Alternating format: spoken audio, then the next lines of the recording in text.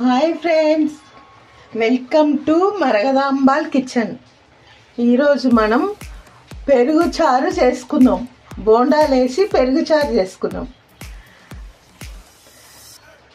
ఇవి బోండాల కోసం.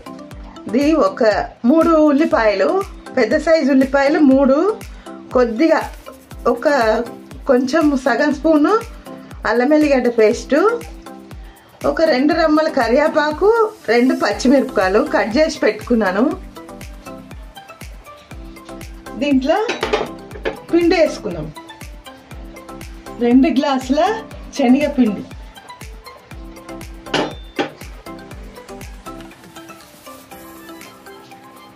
దీనికి తగినంత ఉప్పు వేసుకున్నాం కదా. ఇది బోండా పిండిలాగా కలుపుకుందాం. ఇది బోండా పిండిలాగా దీనికి తగినంత నీళ్ళు పోసి బోండా పిండిలాగా కలుపుకుందాం. ఇవన్నీ కలుపుకుందాం. ఇది కలిపేసుకున్నాం. బోండా పిండిలాగా ఇది కలుపుకున్నాం. ఇప్పుడు కడాయి పెట్టుకుందాం. కడాయి పెట్టి నూనె పోసి నూనె వేడి చేసుకుందాం. బోండా ఫ్రై అవుతుంది కదా, దానికి తగినంత నూనె పోసుకుందాం. ఇప్పుడు నూనె వేడయ్యింది. బోండాలు వేసుకున్నాం.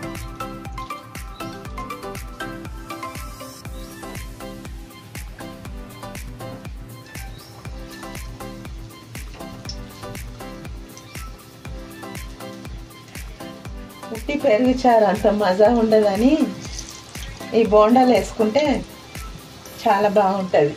ఎమ్మిగా ఉంటుంది. 2 గ్లాసుల పిండికి ఒక 20 బోండాలు వస్తున్నాయి. ఈ సైజ్ బోండాలు ఒక 20 బోండాలు వస్తున్నాయి. బోండాలు ఈ కలర్లో వచ్చేంత వరకు ఫ్రై చేసుకోండి. కడాయి పెట్టుకున్నాం కదా, స్టవ్ ముట్టించుకున్నాం. అదే కడాయిలో కొద్దిగా నూనె వేసుకున్నాం. నూనె పోసుకొని కొంచెం ఆవాలు, కొంచెం జీలకర్ర, కొద్దిగా ఆవాలు, మరి జీలకర్ర వేగినాక ఒక చిన్న సైజు ఉల్లిగడ్డ, ఒక రెమ్మ కరివేపాకు, ఒక 6 పచ్చిమిరపకాయలు, చిన్న సైజు పచ్చిమిరపకాయలు,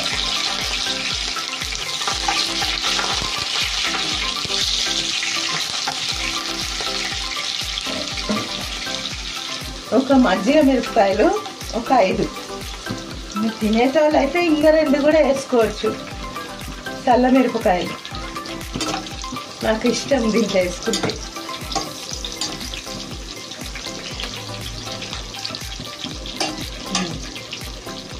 ఒక చిన్న సైజు టమాటాలు,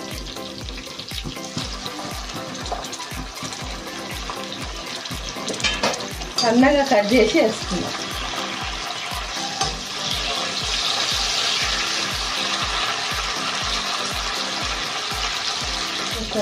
సగం చెంచా పసుపు, సగం చెంచా అల్లం వెల్లిగడ్డ,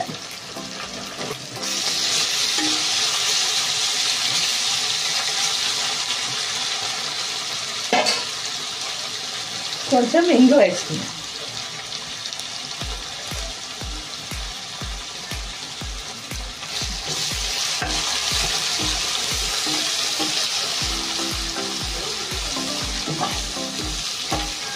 ఇంగు వేసుకున్నాక స్టవ్ చిన్నగా చేద్దాం.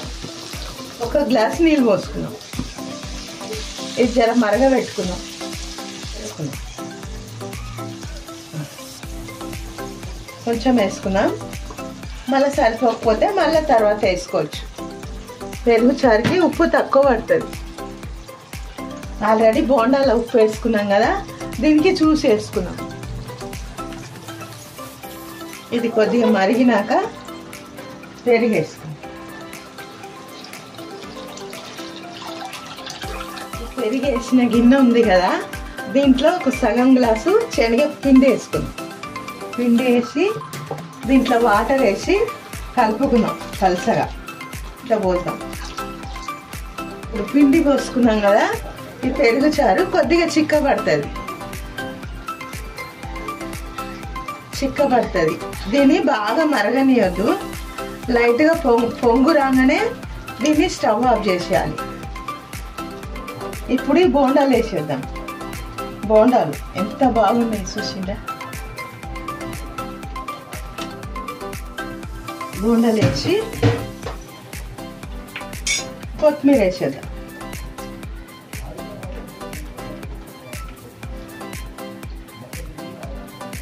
కొత్తిమీర వేసి ఇంకా స్టవ్ ఆఫ్ చేసుకున్నాం.